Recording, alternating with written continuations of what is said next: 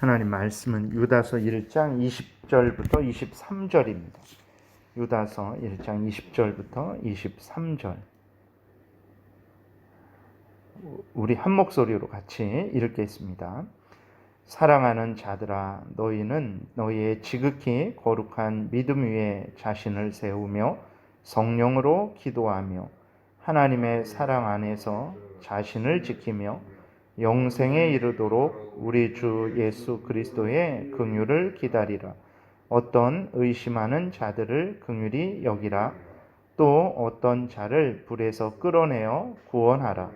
또 어떤 자를 그 육체로 더럽힌 옷까지도 미워하되 두려움으로 긍휼히 여기라. 아멘. 기도드리겠습니다. 살아계신 하나님, 이 시간 하나님의 말씀을 전하고 듣습니다. 성령께서 역사하셔서 우리를 향한 하나님의 뜻을 잘 깨달아 알게 도우시고 또 알려주시는 대로 믿고 따르는 복된 신앙생활을 하게 도우소서. 감사드리고 예수 그리스도의 이름으로 기도드렸습니다. 아멘. 이제 유다는 아직까지는 그 교회에 가만히 들어와서 교회를 어지럽히고 성도들을 이단 교리로 이렇게 미혹하고 넘어뜨리는 그러한 자들에 대해서 이야기를 했고, 또 오늘 본문부터는 이제 성도들에게 어떤 마음과 태도로 살아가야 될지에 대해서 또 권면하고 있는 것을 보게 됩니다. 20절에 보게 되면 사랑하는 자들아, 너희는 너희의 지극히 거룩한 믿음 위에 자신을 세우며 성령으로 기도하며 라고 이렇게 권면하고 있어요. 너희는 너희의 지극히 거룩한 믿음 위에 자기를 세우라, 건축해라, 자기를 건축해라. 그리고 교회가 건축되도록 해라. 거룩한 믿음 위에 건축하라 그랬어요. 자신도 개인적으로도 거룩한 믿음 위에 서야 되는 것이고 전체 교회적으로도 거룩한 믿음 위에 서야 되는 것입니다. 그럼 거룩한 믿음이 무엇이냐 그랬을 때에 그것은 인간적인 사상에 근거한 믿음이 아니죠. 하나님이 성경을 통해서 알려주시는 믿음입니다. 성경에서 알려주는 것을 믿는 믿음, 그것이 거룩한 믿음이라는 것을 우리가 기억해야 됩니다.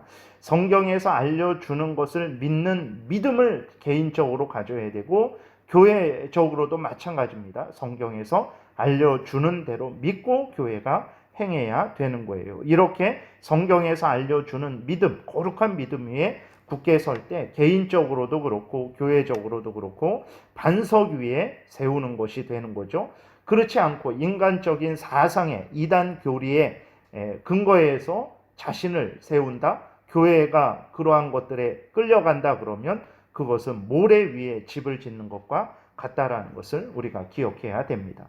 개인적으로도 그렇고 교회적으로도 그렇고 거룩한 믿음 위에 서야 되는데 그 거룩한 믿음은 성경이 알려주는 대로 믿고 따르는 거죠. 그 다음에 그 교회가 또 역사적으로 공적으로 신앙 고백해 온 그러한 믿음에 근거하는 것이라는 것을 우리가 기억해야 되겠습니다.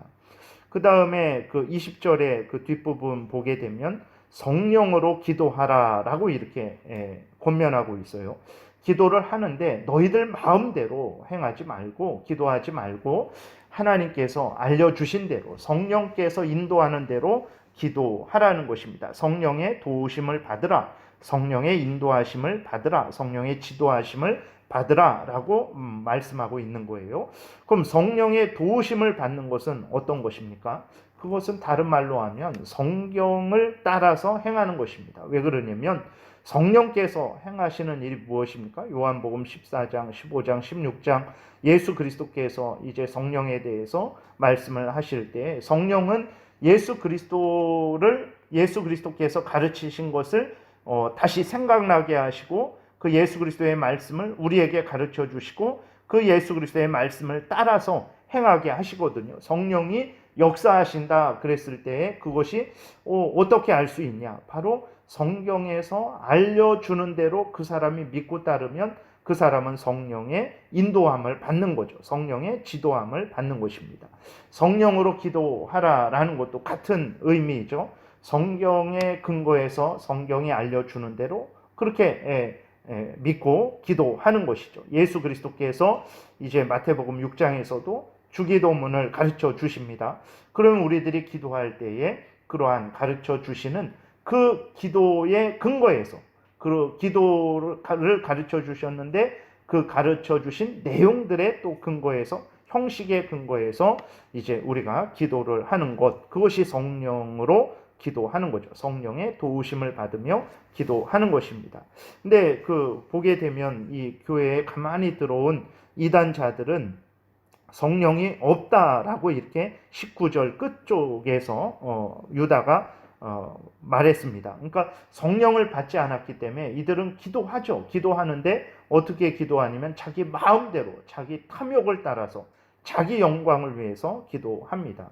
그러나 우리들은 성령의 인도함을 받을 때 어떻게 기도합니까? 하나님의 영광을 위해서, 하나님 나라 확장을 위해서, 하나님 뜻이 이루어지기를 위해서, 그리고 이제 또 우리에게 일용할 양식들을 하나님께서 또 채워주시기를 위해서, 사탄 마귀의 시험에 들지 않기를 위해서, 또 죄 용서함 받기를 위해서 우리는 하나님께 그렇게 기도하는 것입니다. 성경에서 알려주는 대로 그렇게 믿고 기도하는 것이 성령으로 기도하는 것이라는 것을 기억해야 됩니다. 21절에 보게 되면 하나님의 사랑 안에서 자신을 지키라 그랬어요. 하나님의 사랑 안에서 자신을 지키라. 하나님의 사랑 안에 거해야 우리를 지킬 수 있는 거예요. 그러면 우리가 어떻게 하나님의 사랑 안에 거할 수 있을까? 우리가 하나님 앞에서 죄를 미워하고 멀리하고 하나님을 사랑하고 가까이 해야 되죠. 그래야 하나님의 사랑 안에 거할 수 있습니다. 하나님의 사랑 안에 거할 수 없을 때가 있는데 언제 그러냐? 우리들이 범죄하고 그 죄를 회개하지 않을 때 하나님은 우리에게 사랑을 내려주시지 않습니다. 그러니까 이사야 1장에도 보게 되면 손에 피가, 다시 말해서 죄가 있으면 하나님이 듣지도 않으시고 응답하시지도 않으신다 그랬어요. 그렇기 때문에 우리가 정말 일상을 살아가면서 범죄하지 않고 죄를 미워하고 멀리하고 경계할 때 하나님의 사랑 안에 거하게 되고 그것이 우리를 지키는 그 길이 된다라는 것을 우리가 기억을 해야 되겠습니다. 21절 또 그 중간 이후부터 보면 영생에 이르도록 우리 주 예수 그리스도의 긍휼을 기다리라 그랬습니다. 우리들은 법적으로 이제 하나님 앞에서 영생을 얻은 자입니다. 우리가 부족하고 연약하지만 우리가 지금 죽으면 인간적으로는 천국에 갈 수가 없죠. 왜 그러냐면 우리는 여전히 부족하고 연약하고 죄로 오염되고 부패되었기 때문에 우리 인간적으로는 지금 죽으면 천국에 갈 수 없습니다. 그러나 우리는 예수 그리스도를 믿고 예수 그리스도의 의의를 덧입은 자죠. 하나님의 은혜를 입은 자들입니다. 하나님의 은혜로 인해서 우리 구주 예수 그리스도의 십자가 보혈 공로로 인해서 지금 죽어도 우리는 영원한 천국에 들어갈 수 있는 것입니다. 그런데 아직 그러니까 우리는 이 땅에서 이렇게 법적으로는 이렇게 하나님의 구원을 확보한 자들이지만 아직 우리는 영생에 이르지 않았죠. 그때까지 우리가 영생에 이를 때까지 예수 그리스도께서 다시 오셔서 우리를 완전히 거룩하게 하시고 또 우리의 썩어진 몸을 다시 살리시고 영광스럽게 변화시키셔서 영원한 새하늘과 새 땅으로 인도하실 때까지, 그때까지 영생에 이를 때까지, 개인적으로 하나님 앞에 갈 때까지, 또 전 우주적으로 예수 그리스도께서 오셔서 우리를 다시 부활시킬 때까지 우리는 어떻게 해야 되냐?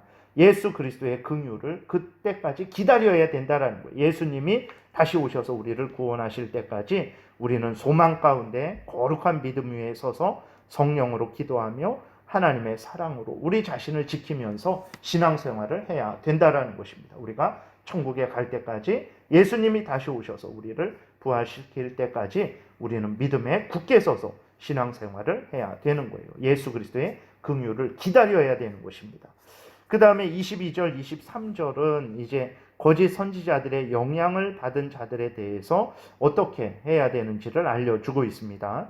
22절부터 보면 어떤 의심하는 자들을 긍휼히 여기라. 23절 또 어떤 자를 불에서 끌어내어 구원하라. 또 어떤 자를 그 육체로 더럽힌 옷까지도 미워하되 두려움으로 긍휼히 여기라 라고 이렇게 기록이 되어 있습니다. 그러니까 22절에 어떤 의심하는 자들이라는 것은 이제 이단적인 교회에 가만히 들어온 그 이단자들의 영향을 받은 거예요. 영향을 받았는데 작게 영향을 받은 사람들이고, 23절에서 나오는 그 불에 들어간 자들, 육체로 옷을 더럽힌 자들, 이 사람들은 이단에게 좀 심각한 영향을 받아서 범죄한 자들을 말합니다. 그러나 아직 완전히 이단이 된 자들은 아니죠. 그러니까 이러한 자들, 이단의 영향을 받은 자들에 대해서 어떻게 해야 되냐? 22절에서도 긍휼히 여기라, 23절 끝쪽에서도 긍휼히 여기라 그랬어요. 불쌍히 여겨야 되는 것입니다. 그래서 의심하는 자들, 영향을 조금 받은 자들에게는 하나님의 말씀으로 다시 믿음을 굳게 세워줘야 되는 거죠. 잘못된 부분에 대해서 지적해주고 올바른 것을 가르쳐줘서 그들이 다시 흔들리지 않고 굳게 서도록 도와줘야 되는 것입니다. 23절에 이제 이단의 심각한 영향을 받아서 그 범죄한 자들, 아직 이단으로 완전히 넘어간 자들은 아니에요.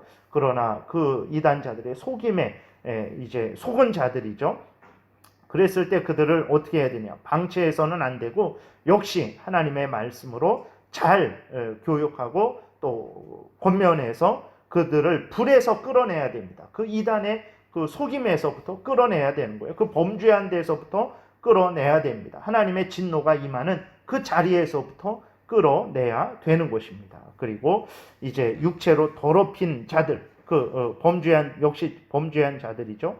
그들과는 경계해야 되는 것입니다. 그들의 범죄에 대해서는 아주 단호하게 분명하게 교회에서 조치를 취해야 되는 거죠. 그렇게 하되 그러나 그들을 불쌍히 여기고 그들이 속히 회개하도록 그렇게 돕는 사랑하는 마음으로, 긍휼히 여기는 마음으로 그 이단자들에게 속아서 범죄한 자들에 대한 조치를 취해야 되는 것이죠. 그래서 늘 불쌍히 여기고 형제같이 또 생각하고 그들을 위해서 권면하고 그들을 위해서 기도해야 됩니다. 교회 안에서 이러한 일들을 해야 되는 것이죠.